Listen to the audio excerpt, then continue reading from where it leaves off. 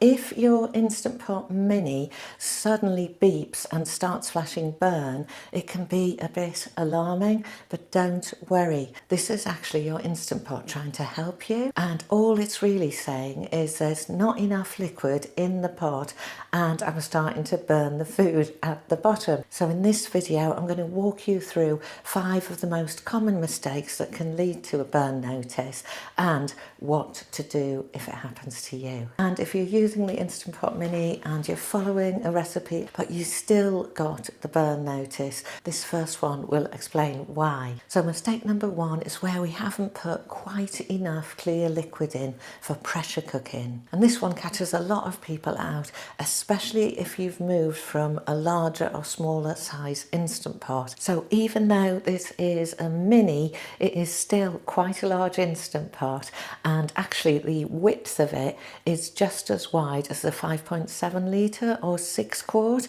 so it can be a little bit deceptive. And if you're cooking with a recipe that was based on the 3 quart, or you're just very simply halving a recipe based on one of the larger sizes, there may not be quite enough liquid, and then it's going to dry out and you're going to get one of those burn notices. So when you're cooking in the mini, just be especially mindful that you are using enough of a clear liquid, that's water or stock, and not really counting the sort of liquid that might come in a cooking sauce or tin tomatoes, and more about those later. And if you're adapting a recipe, make sure to not go below the minimum water amount for this pot, which is 375 mils or 1.5 cups of water. And especially when you are adapting recipes, I always think it's better to go with a little more water than you think you need and then reduce that at the end using the saute function,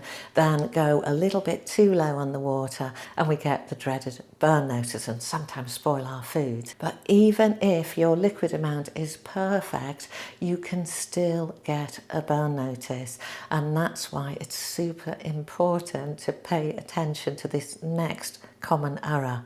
Now, if you've not used an Instant Pot before, you're not used to pressure cooking, one of the things you need to know about is the silicone seal. So here, going around the lid, is a silicone seal, and this is absolutely crucial for sealing up all of the water and steam into the pressure cooker as we cook. And sometimes the silicone seal may not be seated quite properly, and if you get the lid on and it's got a little twist in it or it's not quite on, the water is going to escape as steam from around the outside, and that can lead to the base drying out too much, and then we get a burn notice. And the fix for this is really simple. All you need to do is get into that good habit of just checking your silicone seal before you put on the lid. So if you just run your finger around it, you can tell it's all seated nicely. Lid goes on and the water stays exactly where it should be. It's such a little thing, but it really makes a difference to how your Instant Pot behaves. So getting into that little habit will save you a burn notice. Now the next mistake is the one that I think is the most common cause of the burn notice, and it surprises people every time. So when you get sauteing in this lovely Instant Pot Mini, you start to get all those lovely flavoursome sticky bits on the bottom of the pot, and these are fantastic.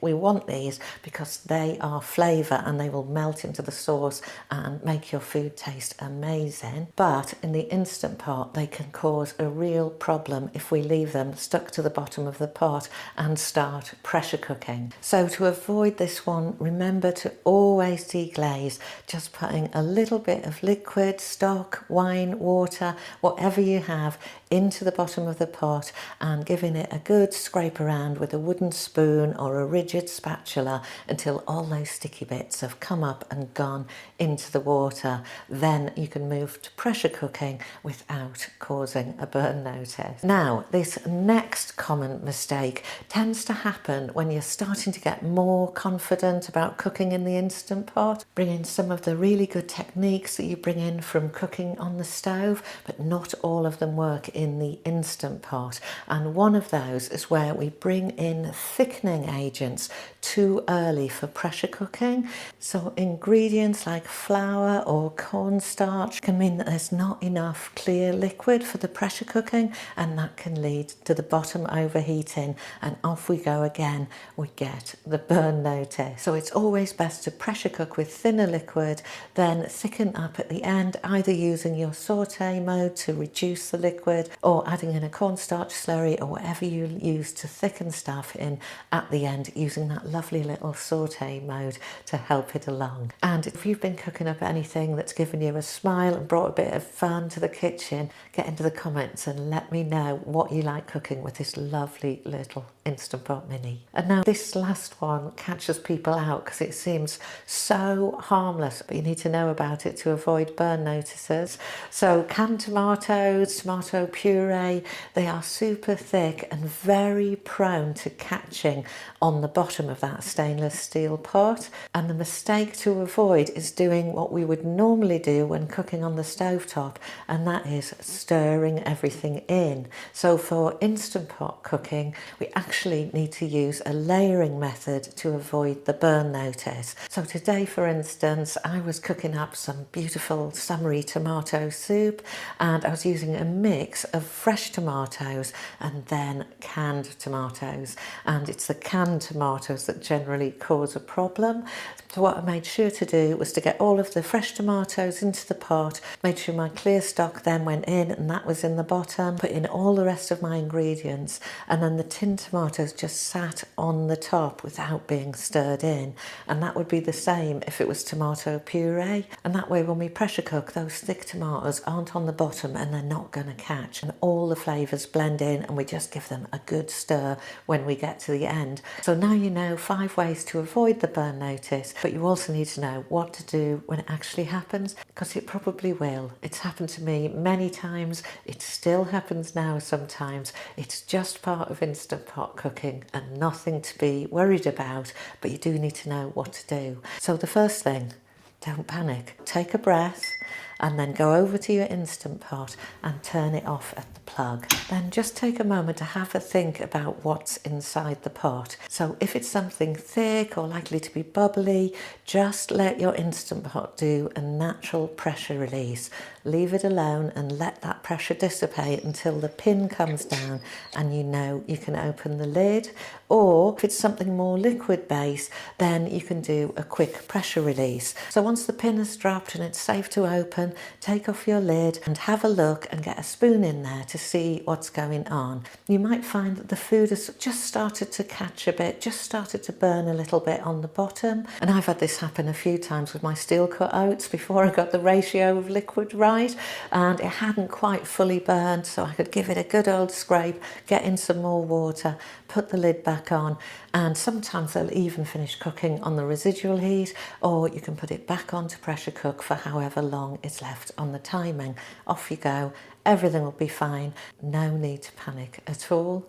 But then other times you might find it really has burnt to the bottom, and in that case, here's what you do. Take a breath and know that you have now joined the Instant Pot Burn Notice Club. We're all in it, including me. It's part of Instant Pot cooking, and if you're getting a burn notice, at least you are out there beginning to cook and learn this new method. Other people haven't even got theirs out the box yet, and now it's happened to you. It'll be a little less scary next time and you'll know what to do. And for tougher burns, the best way to clean it is to soak it for a while in some hot water and dish soap. Leave it for about 20 minutes before you do your usual cleaning, and all will be well. So if you'd like to see some recipes that are beginner friendly and made especially for this Instant Pot forequart, have a look at this playlist here. And in the meantime, may your kitchen be calm and your food always be good. And I'll see you next time.